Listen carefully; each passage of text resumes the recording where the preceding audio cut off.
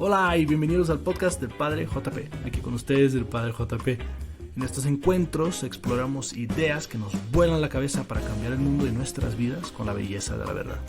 Me pueden encontrar en Instagram y TikTok como padre.jp y en Facebook como Padre JP. Ya estoy también en las principales plataformas de podcast para que nos busquen, sigan y denle a la campanita para no perderse ningún episodio. Espero que que estás a punto de empezar, también te vuele la cabeza.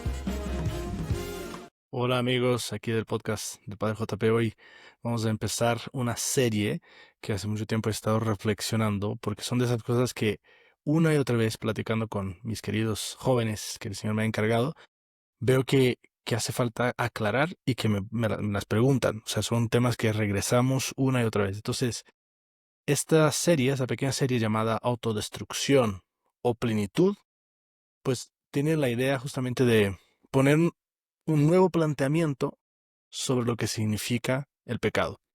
Ahora, esta es una serie que en otra ocasión hubiera grabado en Car Studios, pero les tengo que decir que la producción me ha cancelado la edición desde Car Studios, o el trabajo desde Car Studios. Entonces, si tú eras fan de Car Studios, puedes mandar tus mensajes de odio ahí a la producción. No, no se crean. Más bien, agradezco mucho porque todo ese trabajo de esta segunda temporada está siendo apasionante. Con esto estamos profesionalizando varias cosas del podcast, entonces aprovecho para agradecer el equipo que está detrás de las cámaras haciendo que esto sea posible. Y también, como ustedes ven, pues eso, la cosa se va poniendo un poquito mejor. Así que eso es un tema que yo podría haber grabado mientras manejo, pero no, aquí estoy sentado en mi cuarto compartiendo con ustedes algo que de verdad traigo en el corazón y que espero sea un mensaje también de libertad y de esperanza. Muy bien, entonces, la idea es justamente entrar en ese tema del pecado y aclarar qué es el pecado, al menos en este primer episodio, ¿no? Y en los siguientes episodios voy a desentrañar todavía más algunos elementos, como pueden ser incluso aclarar qué es un pecado mortal, qué es un pecado venial, cuáles son esos pecados mortales, específicamente mandamiento por mandamiento. Son cosas que vendrán más adelante en los siguientes episodios. Pero en este primer episodio quería declararle guerra a la definición moralista del pecado. Ese es mi objetivo principal. ¿Por qué? Porque es muy fácil, y eso es algo que veo constantemente trabajando con jóvenes aquí en México que vienen de escuelas católicas, vienen de una formación católica, vienen de una cultura y de una familia católica, y sin embargo, la palabra pecado causa rechazo. Y da la impresión de que es simplemente una ley que yo no puedo transgredir y que la verdad es una ley súper, muchas veces como nuestras leyes humanas, como nuestras leyes civiles, que es totalmente arbitraria. O sea, que no tiene ni pie ni cabeza, alguien un día decidió y listo. A mí me gusta decir que los 10 mandamientos no nacieron de un papa que tuvo diarrea toda la noche, se despertó de malas y dijo, ¿cómo le hago para fregar la vida de todo el mundo? Ahí les van los 10 mandamientos, ¿no? O sea, cuando caemos en esa visión tan simplista de la vida, de la fe y del pecado, entonces con razón rechazamos toda la moral de la iglesia o la enseñanza de la iglesia, y con razón se nos hace algo tan pobre, tan obsoleto, y constantemente viene de la boca de las personas de hoy una expresión que va más o menos en esos términos de que por qué la iglesia no se actualiza, no es necesario actualizar ciertas cosas, no hay cosas que ya son viejas, que ya no tienen sentido para nuestros tiempos. Entonces todo eso viene de una comprensión pobre de la fe. Y específicamente de ese tema del pecado. Entonces yo quería empezar aclarando eso. O sea, la palabra pecado tiene una tradición antigua que viene específicamente del libro, perdón, que se viene específicamente de un término griego, hamartía. Tía, en griego, se refiere a una flecha que no da al blanco. Entonces la palabra pecado ya desde el inicio no tiene nada que ver con un entendimiento moral de cómo actúas, sino que más bien es una visión mucho más amplia de la vida, incluso más, podríamos decir, como hoy día popularmente decimos, existencial, donde el pecado es lo que no me hace llegar al blanco. Es un estilo de vida en el cual, pues eso, no llego a la meta, no soy mi mejor versión, no voy con intencionalidad y propósito hacia un objetivo, sino que voy ahí perdido por la vida. No llego a ser lo que estoy soñado para ser o lo que yo puedo ser. Y por lo tanto, el pecado termina siendo una manera de autodestruirme. Por eso escogí ese título para esta serie. Porque cuando no soy la mejor versión de mí mismo, ¿qué es lo que estoy haciendo? Me estoy acomodando, me estoy acostumbrando, estoy haciendo las paces con una versión chafa, con una versión reducida, con una versión recortada, con una versión mediocre. La mediocridad es una cosa súper interesante porque no creo que jamás la mediocridad sea el objetivo de nadie, pero termina siendo muchas veces la manera en la cual vivimos. ¿Por qué? Pues porque no quiero exigirme, no quiero ir más allá, no quiero retarme. Entonces, la jamartía, esa primera definición de pecado, entendida desde su definición etimológica, eh, pues justamente es una distracción, es un quitarme del camino, es un poner en jaque incluso mi propia identidad, lo que estoy llamado a ser, pero no llego a ser. Es así que en ese proceso de destruirme, de hacerme daño, surge también todo el entendimiento del pecado como una enfermedad del alma. Aquí en nuestro podcast somos muy fans de la terapia de las enfermedades del alma, de la terapia de las enfermedades espirituales, perdón, que fue el inicio de todo este podcast. De hecho, así grabando con el celular en el bolsillo de la camisa en un curso que di. Luego, pues me han pedido pláticas. Es un tema que he aplicado cada vez más en la dirección espiritual con mis dirigidos. Y en estos meses que estamos lanzando estos podcasts, además estamos institucionalizando todo eso. Entonces, además, aprovecho para invitarte a que vayas allá a internet y pongas regemmx.org, que es Regem se escribe RECHEM, mx.org, que es el sitio donde estamos institucionalizando todo ese tema de la terapia de las enfermedades espirituales y estamos creando retiros, estamos lanzando esto y contenidos también en redes, etcétera. Nada, todo eso porque mientras estamos acostumbrados a pensar en términos de pecados capitales aquí en el occidente, en el oriente cristiano hablaban de enfermedades del alma. Y creo que eso pone una perspectiva también diferente. El pecado legalista, que incluso tiene un poco que ver, ¿no? La claridad mental del derecho romano, donde la Iglesia Católica también del occidente se agarra mucho de sus raíces, de su manera de ser, pues va a buscar a saber exactamente qué es pecado y qué no es pecado. Hasta dónde puedo llegar, hasta dónde no puedo llegar, ¿no?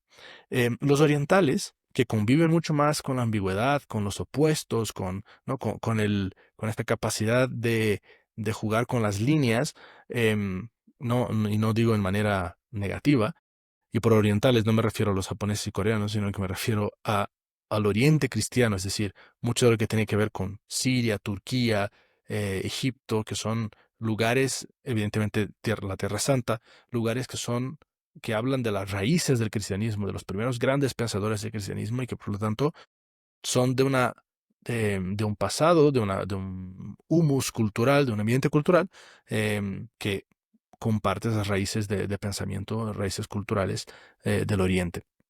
Bueno, entonces, esos orientales hablan de enfermedades del alma. Y las enfermedades, aquí no voy a hacer un tratado, no voy a entrar en el mérito de las enfermedades, porque eso ya lo hemos hecho en otros lados y estamos haciendo en otros lados. Pero sí, cuando hablas de enfermedad, entiendes que es algo que te hace daño, que te quita la salud. Fíjense qué interesante. La salud. Nosotros fuimos creados por Dios, a su imagen y semejanza, fuimos creados buenos, muy buenos, el Génesis dice. Fuimos herederos, recibimos el aliento divino, o sea, Dios sopló dentro de nosotros, nos puso el mismo Dios ahí dentro, viviendo dentro de nosotros. Lo que nos mueve, lo que nos da vida es Dios. La palabra salud viene del latín salus, ¿no? Salus, que es salvación. Entonces Dios puso esa vida divina, esa salvación, esa salud espiritual dentro de nosotros, y la enfermedad lo que viene a hacer es romper con eso, corromper esa salud, destruirla. Hay un ejemplo que estoy seguro, o sea, estoy orgulloso de contarles esta historia, pero la recibí de otra persona, no es mía, aunque me ilusiona contarla porque siento que es de las historias que nunca te olvidan. Es una anécdota más bien, ¿no? Que nunca se te olvida porque es demasiado gráfica. Y a mí me encanta para explicar el pecado. O sea, el pecado es como lo que pasa con la caza a los lobos en lugares muy helados y fríos del Polo Norte, por ejemplo, ¿no? Donde la gente que vive ahí lo que hace es lo siguiente. Los lobos huelen la sangre desde muy lejos. Y entonces lo que ellos hacen es mojar una lámina de cuchillo en la sangre, congelarla y ponerla, ¿no? Alrededor del campamento, alrededor del lugar donde vayan a dormir, de manera que si se acerca un lobo, huele la sangre y lo que empieza a hacer es lamer el cuchillo.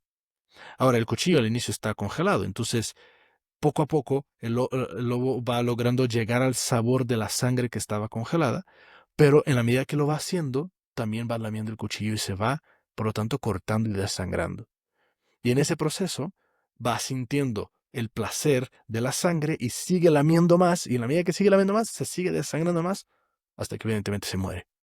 Es el pecado. Es exactamente la figura del pecado, donde nosotros, por buscar ese gusto sensorial del momento, por buscar esa felicidad inmediata, poco a poco nos vamos desangrando y nos vamos matando. El pecado me mata, el pecado me destruye.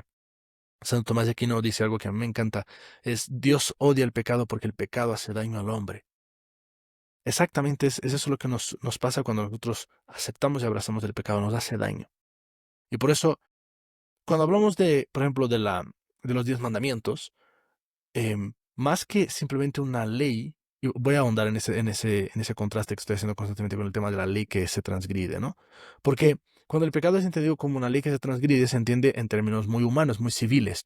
Entonces, qué sé yo, a lo mejor manejar en contradirección es una, ¿no? En una calle que dice que solo puedes ir hacia un lado y tú lo manejas en el lado contrario, pues es un crimen, faltas a la ley.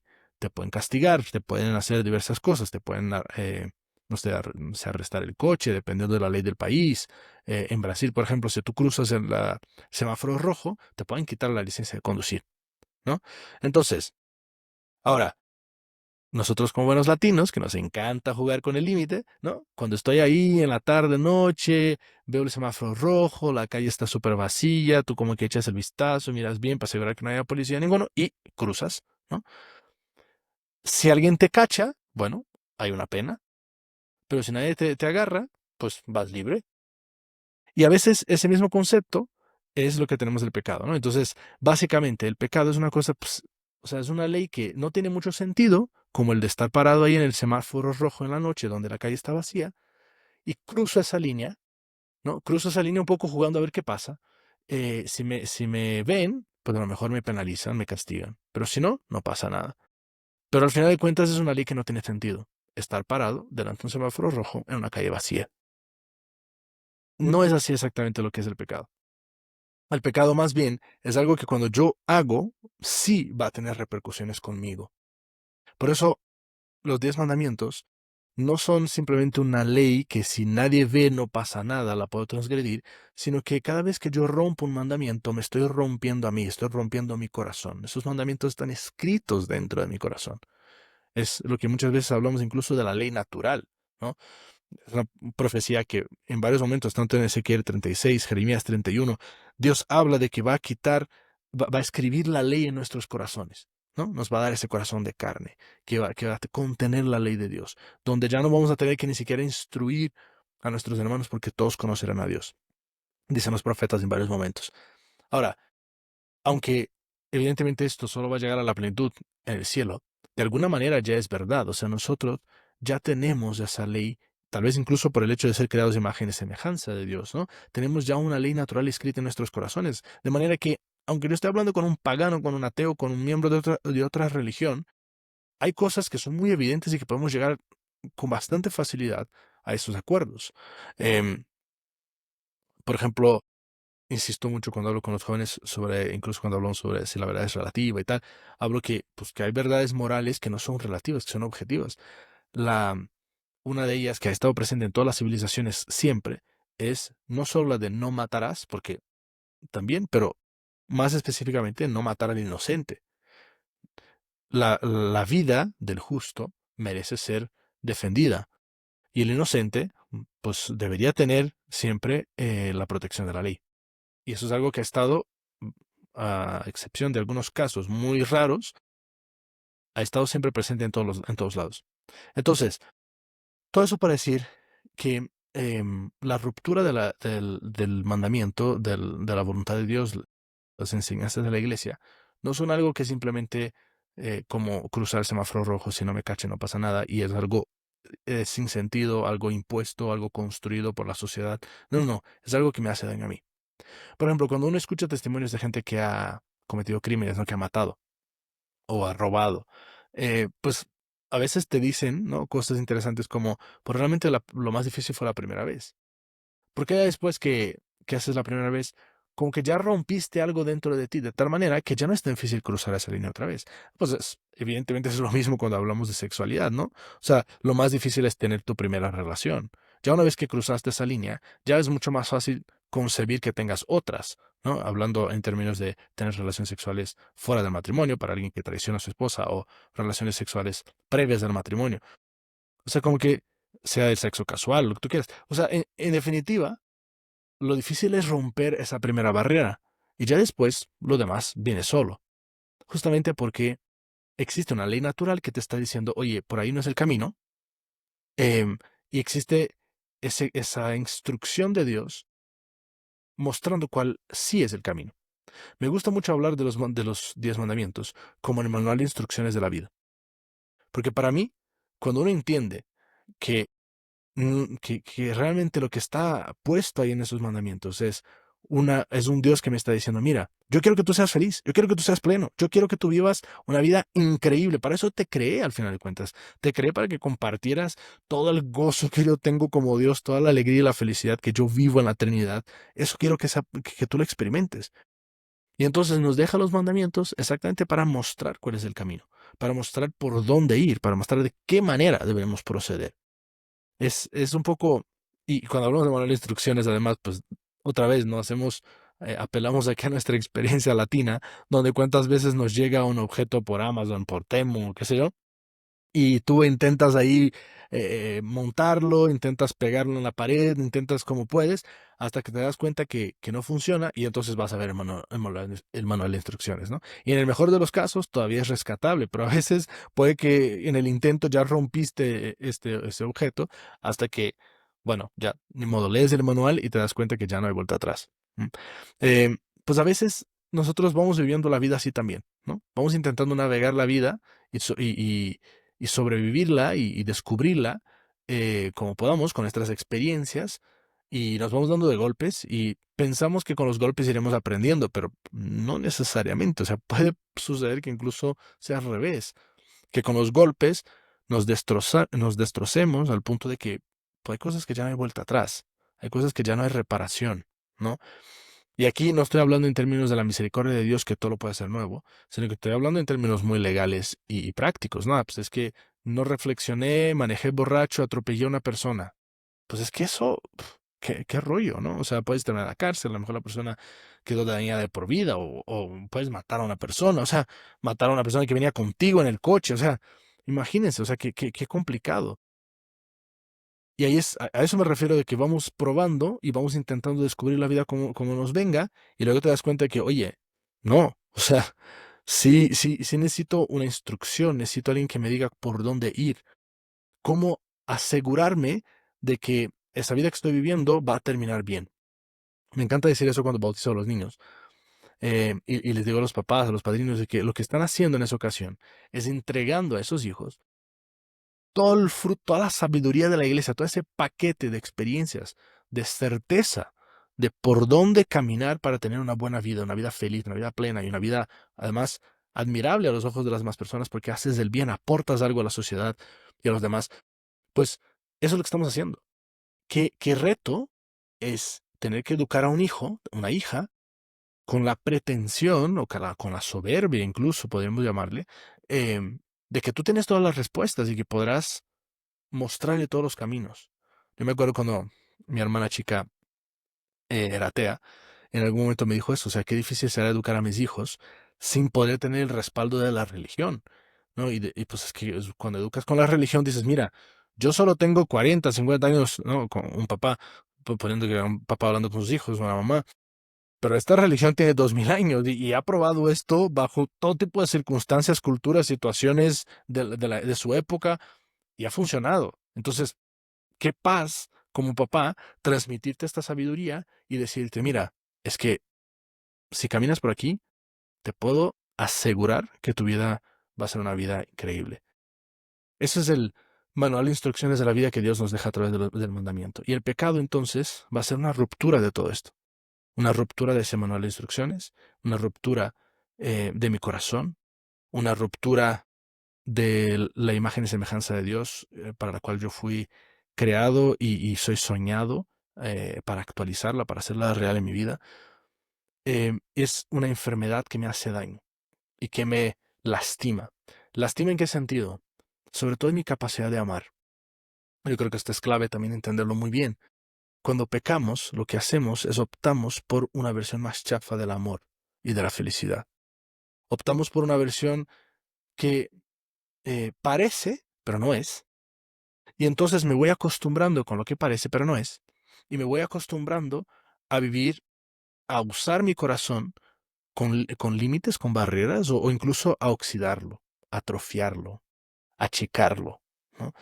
Es como si tú te acostumbras a, no sé, eso es algo chistoso que me pasaba cuando vivía en Italia, que llegaban los brasileños, probaban la pizza italiana, bueno, y extranjeros en general, pero estoy pensando específicamente en un brasileño que prueba la pizza italiana y dije, ay no, yo prefiero la de mi país. Y entonces, oye, ¿cómo puedes preferir la pizza de tu país? O que aquí es donde la inventaron, o sea, aquí son los expertos, todo el mundo vende pizzas en todos los países con el eslogan de que pizza italiana, verdaderamente italiana, pizza napolitana, pizza no sé qué, ¿no?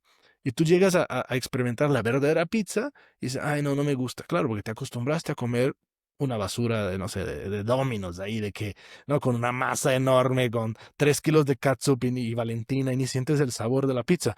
Digo, nada contra quien disfruta la pizza de Domino's, o sea, no es que tampoco no la disfrute yo, pero o sea, cómo compararla con una pizza, ¿no? Ahí que comes además en Nápoli, acá, que tienen siglos de tradición y que, en fin, una riqueza de sabores y etcétera. Nosotros, espiritualmente hablando, moralmente o en nuestro corazón, en nuestra vivencia existencial, ¿cuántas veces nos vamos acostumbrando con el producto chafa, con la versión chafa, con el alimento chafa? Y ya cuando comemos algo bueno, no lo sabemos reconocer incluso. Nos da hasta rechazo, repele. A veces he visto eso en los jóvenes que rechazan los ideales porque los ideales les causa una especie de opresión, ¿no? Entonces, como que da coraje, como pasaba, por ejemplo, ahí con alguna pareja en internet que parecían ser la pareja perfecta, y entonces a la gente le daba coraje que fueran la pareja perfecta, porque dicen, ah, así no es la vida, que no sé qué, que no sé cuánto. Claro está que redes sociales permiten que nosotros engañemos y que tampoco se vale, y que no existen las parejas perfectas, pero, o sea, ¿por qué rechazamos ese espíritu de metas, de aspiración, de una vida que sí está cumpliendo el ideal para el cual fue hecha, ¿no? Alguna vez escuché de un padre que trabajaba en California que una mamá llamó a la escuela para quejarse porque habían hablado de la felicidad en la escuela, ¿no?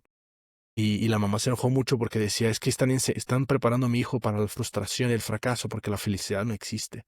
O sea, qué fuerte, ¿no? Qué fuerte que tú como mamá transmitas eso a tu hijo, ¿no? Que no hay una aspiración de crecimiento, de una vida mejor.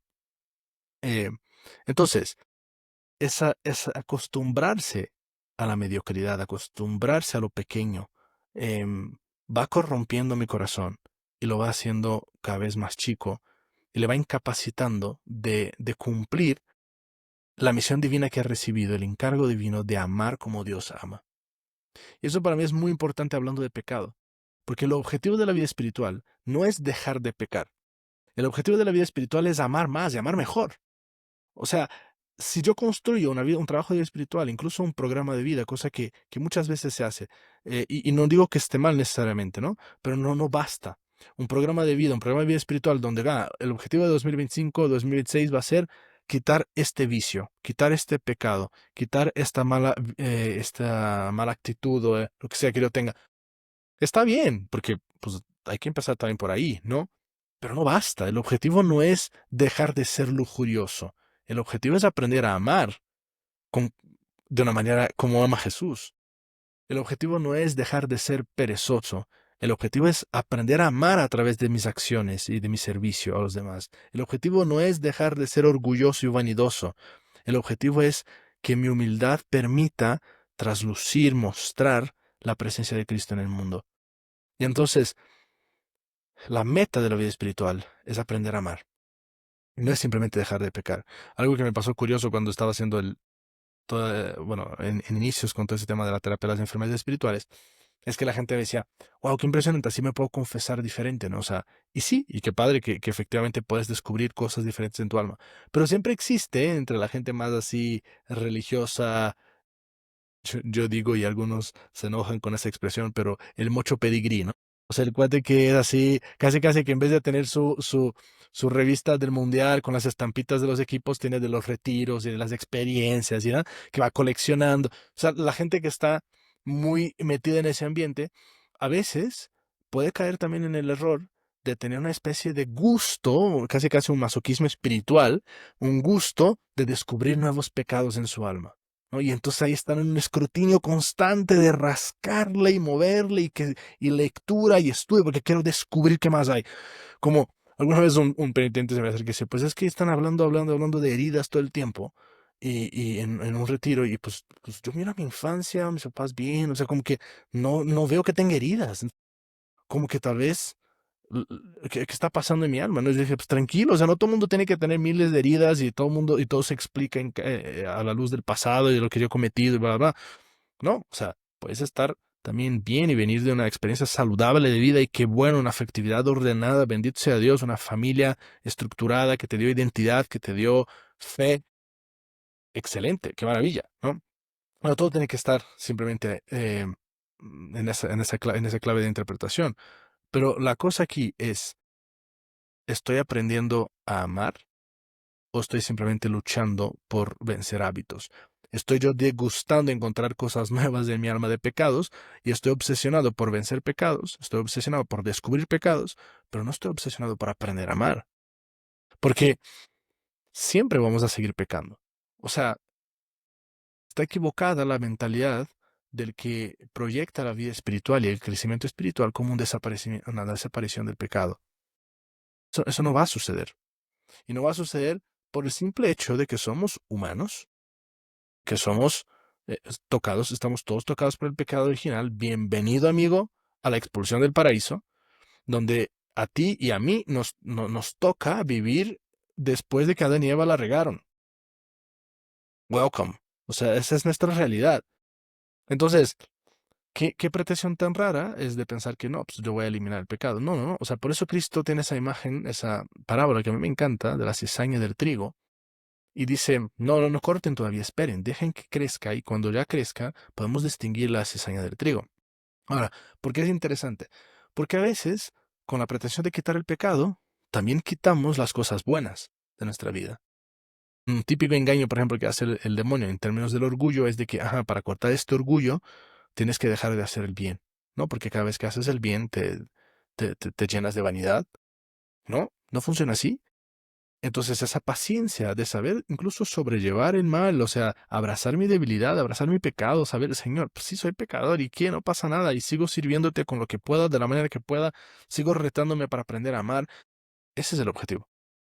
A eso es, a eso es lo que le tiramos. A eso es lo que queremos llegar. Entonces, o sea, aquí incluso me fui por varias vertientes más de las que yo tenía planeado y pensado. Pero bueno, así es el podcast del Padre JP. Es una de su cerebro caótico y de cómo las cosas se van conectando, al menos para él, no sé si para ti también, pero en este primer episodio lo que quise compartir contigo es que el pecado no es simplemente una ley que transgrides, no es simplemente una, una praxis cultural o un modus operandi que la iglesia, que tu familia o escuela te impusieron, sino que efectivamente es algo que te hace daño, es algo que te destruye. Y por eso el título de esa serie, Autodestrucción versus Plenitud, tiene como meta meternos en una clave de entendimiento que el pecado me está recortando, me está haciendo una versión más chafa de mí mismo, no me deja ser la mejor versión de mí mismo y sobre todo me quita la capacidad de amar como Dios ha soñado para mí. Eso es un poco lo que quería transmitir y ojalá ese manual de instrucciones de la vida que Dios nos ha dejado a través de los mandamientos y que iremos comentando también un poquito más adelante, te muestre, te enseñe un camino que no es solo un camino de no pecar, sino sobre todo un camino de amar más y amar mejor. Muchas gracias por escuchar este episodio del podcast del Padre JP. Es una gozada ir explorando contigo la belleza de la verdad. Si los disfrutaste, sigue el perfil del podcast en la plataforma que más te guste y comparte con tus amigos. hazle clic a la campanita para que no te pierdas de nada. Ya sabes que me puedes encontrar en redes sociales como Padre JP. Y en la descripción está mi link de Patreon. Agradezco desde ya tu generosidad en patrocinar este trabajo y ayudar a que el mundo se prenda en fuego con la revolución del amor. Dios te bendiga y recuerda, sigue siendo audaz en tu mente y en tu corazón.